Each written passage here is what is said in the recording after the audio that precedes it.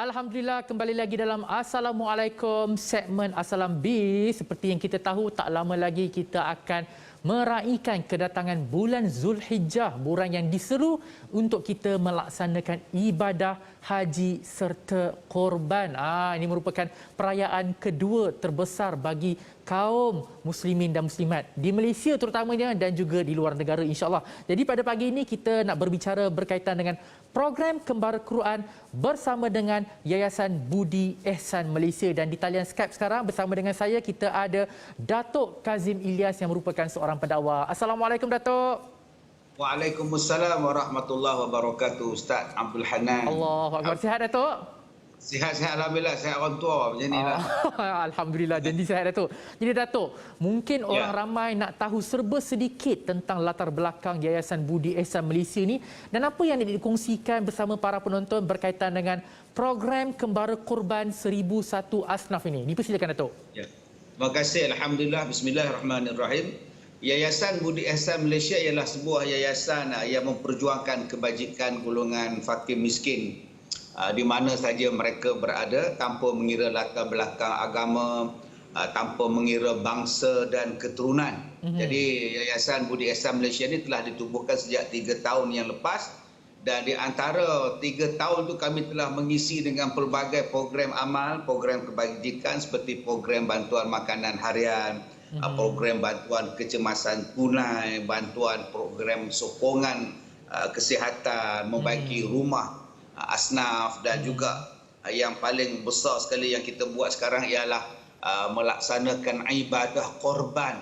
Dia bukan setakat ibadah korban di dalam negara, juga kita buat sampai di luar negara. Alhamdulillah, pada tahun ini kita akan war-warkan program kita di Chad, di Afrika dan di Nigeria, dan juga yang paling penting sekali ialah untuk sahabat-sahabat kita, saudara-saudara kita di Palestin, insya-Allah. InsyaAllah. Jadi saya memang dah tertarik berkaitan dengan ibadah kurban 1001 Asnaf ni kan. Jadi mungkin Datuk boleh ceritakan kelebihan yang dimiliki oleh Yayasan Budi Ehsan Malaysia dalam penganjuran ibadah kurban. Dalam arti kata lain lah kan Datuk, kenapa orang ramai mesti memilih YBIM dalam melaksanakan ibadah kurban? Alhamdulillah, kita Yayasan Budi Ehsan Malaysia tak adalah nak menawarkan pada peserta korban tahun ini nak dapat air zam-zam 30 juzuk ke bacaan Quran ke apa, tak ada. Kami tak ada nak bagi-bagi benda-benda itu. Tetapi kami memberikan tawaran kepada mereka dengan suatu balasan bahawa pihak kami mempunyai ISO yang mana mendapat pentakrifan yang khas untuk pengendalian korban. Saya rasa bukan senang nak dapat ISO ni. Betul.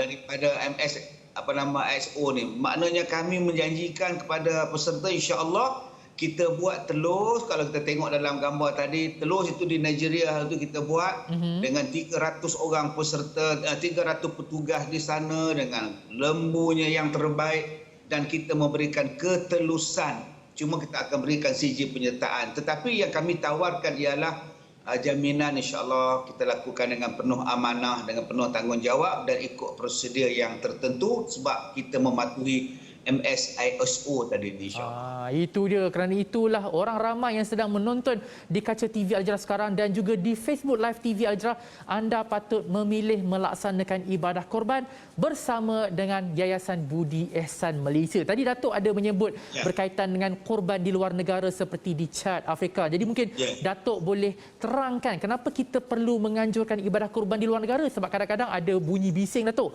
Katanya, dalam negara pun tak cukup, kenapa nak buat luar negara? Dipersilakan Datuk. Terima kasih Ustaz. Jadi tuan-tuan yang saya hormati, di dalam negara pun kita tak tinggalkan. Di dalam negara kita buat dengan kerjasama daripada GTR, iaitu satu gabungan transformasi ruminan Pusat Ternakan Haiwan Bersepadu. Dan kita akan juga menggunakan Malaikat Mall untuk mengagihkan dengan pelbagai kapasiti pengagihan daging korban yang besar di Malaysia.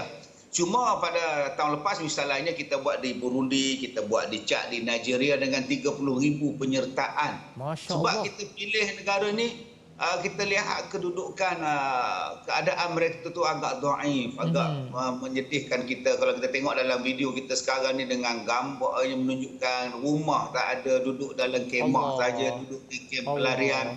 nak dapat air bersih pun susah. Jadi bila Allah. kita bagi daging-daging, kita bagi bantuan, kita bagi sumbangan kepada mereka ni, mereka cukup menghargai. Mereka doa tu depan-depan kita tu, doa tu yang, jadi saya rasa ini satu benda yang kita kena buat di luar negara, bantu mereka. Dan tambahan pada kali ini kita bantu kepada saudara-saudara kita di Palestin, seperti mana yang semua sedia maklum, Palestin di Gaza misalnya menghadapi ujian yang besar. Jadi kita rakyat Malaysia turut bersatu untuk sama-sama menolong mereka, dan salah satunya ialah kita bagi bantuan dan kita buat korban di sana, insya-Allah. InsyaAllah. Jadi dengan asbab rakyat Malaysia bersama dengan Yayasan Budi Ihsan Malaysia dalam membantu saudara se-Islam kita di Chad, Afrika dan juga Palestin, insyaAllah Allah akan mengangkat wabak COVID-19 dari muka bumi ini, insyaAllah. Jadi Datuk, mungkin boleh terangkan bagaimana caranya nak mendaftar ibadah kurban bersama dengan Yayasan Budi Ihsan Malaysia ni? Saya rasa saya pun dah tak sabar ni, Datuk. Dipersilakan.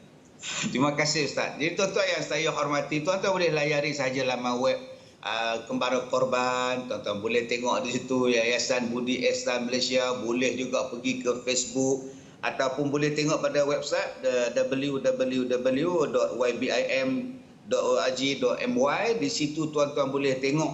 Dan kami di sini sebagai wakil-wakil daripada Yayasan Budi Ihsan, insya-Allah menyokong kalau tuan-tuan nak menyertai kami melaksanakan ibadah korban 1001 asnaf ini, baik di dalam negara maupun di luar negara, insya-Allah. Saya rasa kami mempunyai kelengkapan yang cukup, logistik yang cukup untuk melaksanakan ibadah korban. Walaupun kita sekarang dalam pandemik, Ustaz, walaupun dalam ujian COVID kita sendiri, yang paling penting kita buatnya dalam keadaan fasalli li rabbika wanhar. Kita nak ambil seruan perintah daripada Allah. Yang keduanya kita minta, macam Ustaz sebutkan tadilah, mudah-mudahan doa daripada mereka ni membantu kita lah. Allah Ta'ala makbulkan supaya dibuang jauh-jauh lah COVID ni.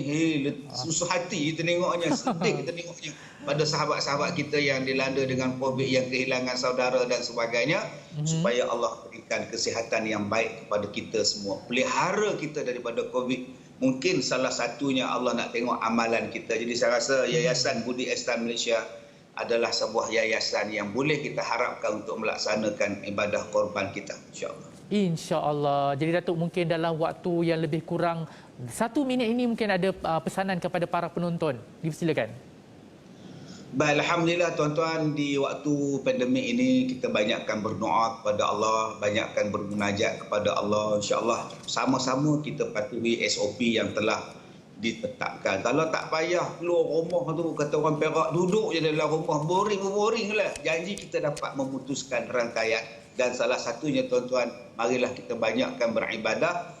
Dan dalam keadaan kita sempit ini, dalam keadaan kita susah ini, tiba-tiba kita boleh bersedekah, boleh berkorban.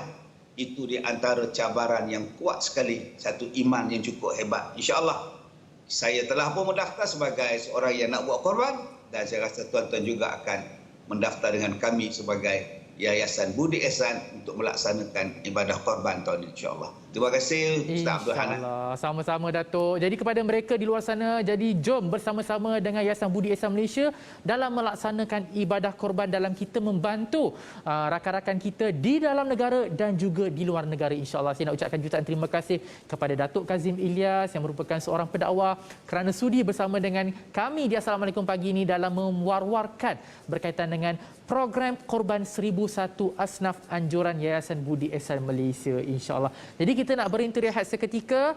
Bak kata Datuk, kalau orang Perak tu cakap, jangan gatal-gatal kamu nak keluar rumah.